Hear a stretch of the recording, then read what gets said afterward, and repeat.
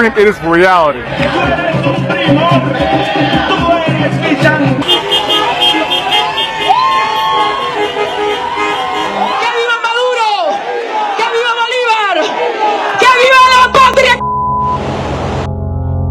Mu gitondo cyo kuwa gatandatu cyahinduye amateka ya Venezuela ndetse n'isi yose.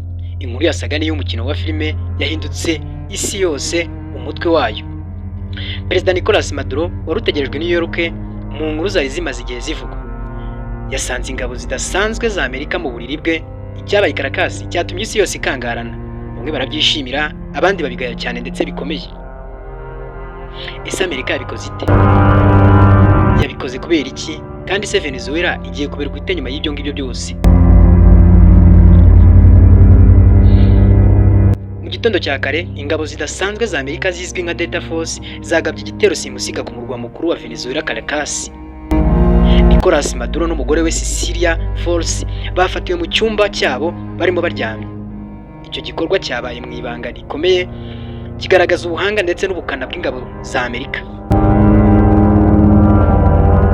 Perezida Donald Trump yemeje ko ari we wakurikiranye igikorwa cyose uko cyagenze. Mu kiganiro yagiranye na Fox News avuga ko yabirebye nk'ureba filime kuri televiziyo, ashimangira ko nta kindi gihugu ku isi cyashobora gukora igikorwa nk'icyo. Yongeye ko yari yarahaye amahirwe Nicolas Maduro yo kwitegura maze akijyana, ariko akayatesha agaciro.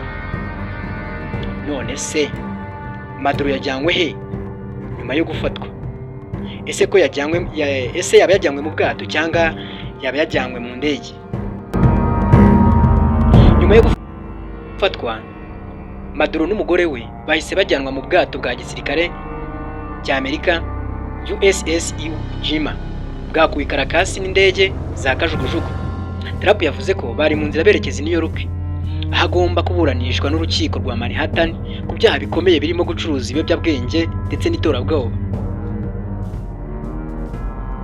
Vice Perezida wa Venezuela Delcy Rodriguez yatangaje ko guverinoma itariza aho Maduro n'umugore we bari. Anavuga ko igitero cya Amerika cyahitanye abasirikare, abayobozi n'abasivili. Ibi byatumye igihugu kigwa mu rujijo rukomeye n'ubwoba bw'ejo hazaza. None se Amerika yishe amategeko mpuzamahanga? Isi yakiriye gute ubundi iki gikorwa? Ibihugu byinshi byamaganye iki gikorwa, harimo nk'Uburusiya bwavuze ko ari ubushotoranyi bwa gisirikare.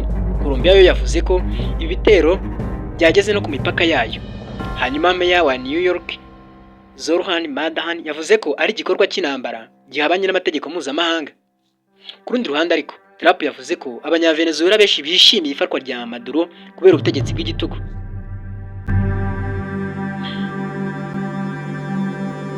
None se ejo hazaza ha Venezuela hazamera hate?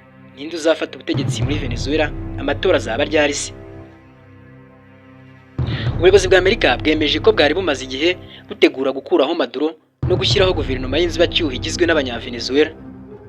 Intego yari gutegura amatora mashya, ariko haracyari urujijo ku gitekerezo cy'igihugu kizafatwa.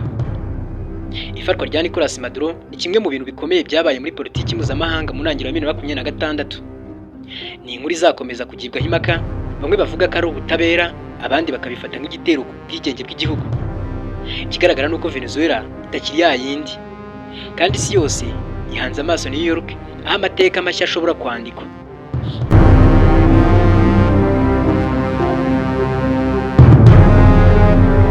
Ese ubundi Nicolas Maduro ni muntu ki? Kandi Venezuela yayoboraga ni igihugu kimeze gute, kingana gute, kandi kibayeho gite? Nicolas Maduro Moros yavukiye muri Venezuela mu mwaka wa 1962. Mbere yo kwinjira muri politiki yabaye umukozi wo gutwara bisi, abo bita abashoferi. Aza no kuba umuyobozi w'ishyirahamwe ry'abakozi. Icyo gihe nibwo yatangiye kwinjira mu bitekerezo bya politiki byibanda mu kurwanya Amerika no gushyigikira abaturage boroheje. Maduro yaje kumenyekana cyane ubwo yari umufasha wa Hugo Chavez, perezida wamubanjirije. Yabaye minisitiri w'ububanyi n'amahanga, nyuma aba vice perezida, kugeza ubwo Chavez yapfuye muri 2013, aribwo Maduro yahise amusimbura ku butegetsi. Kuva yafata ubutegetsi, Maduro yagiye ashinjwa gukoresha igitugu, guhindura amatora, gufunga abatavuga rumwe nawe, gusenya itangazamakuru byigenga. Ku rundi ruhande ariko abayoboke be bavuga ko yarwaniraga ubusugire bwa Venezuela ayirinda Amerika n'ibindi bihugu byo mu burengerazuba bw'isi byashakaga kwigarurira n'imitungo yayo ya peteroli. None se Venezuela ni igihugu cyahe kandi kibayeho giteye gite? Venezuela ni igihugu giherereye mu majyaruguru ya Amerika y'Epfo, gihana imbibi na Colombia, Brazil, Guyana n'inyanja ya Caribbean. Ni kimwe mu bihugu bifite peteroli nyinshi cyane ku isi kurusha ibihugu byinshi cyane byateye imbere. Venezuela ifite ubuso bw'ibirometero 916,445, kikaba kinini cyane kurusha Ubufaransa, kirusha Ubudage, kirusha Ubwongereza. Ifite abaturage barenga miliyoni 28, ariko abenshi muri bo ngo bahunze kubera ubukene ndetse n'inzara. Nubwo Venezuela ifite umutungo kamere mwinshi, ni igihugu cyahuye n'ibibazo bikomeye. Ifaranga ryatakaje agaciro, ibura ry'ibiribwa n'imiti, ubukene bukabije, impunzi zisaga miliyoni 7 zose zahunze igihugu. Abanenga Maduro bavuga ko politiki ye n'imiyoborere mibi ari byo byabyaye ibi bibazo, mu gihe abayoboke be bamushinja ibihano bya Amerika.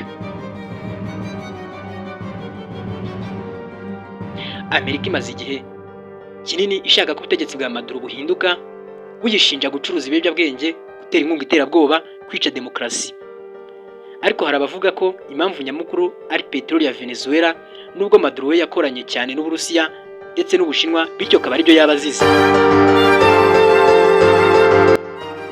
Ifarwa rya Maduro rishobora gutuma ibintu bihinduka, rishobora gutuma ubutegetsi buhinduka, rishobora gutegura guverinoma y'inzibacyuho Venezuela ikayoborwa mu bundi buryo, cyangwa se bigatuma habaho imvururu n'intambara. Amerika yatangaje ko iri gutegura uko Venezuela izayoborwa nyuma ye, ariko ejo hazaza haracyari urujijo. Nicolas Maduro si izina gusa, ahubwo ni ikimenyetso cy'amateka akomeye muri Venezuela, igihugu gikize cyaranzwe n'amakimbirane, igitugu n'intambara n'inyungu mpuzamahanga. Ifarwa rye si iherezo ry'inkuru, ahubwo ni itangiriro ry'igice gishya cy'amateka azandikwa ku isi yose ndetse no muri Venezuela. Wowe urabyumva ute? Ese ni ivogera rya Amerika cyangwa ibyabaye byari ngombwa kubera ko abaturage barenga miliyoni 7 bari barahunze koko? Duhure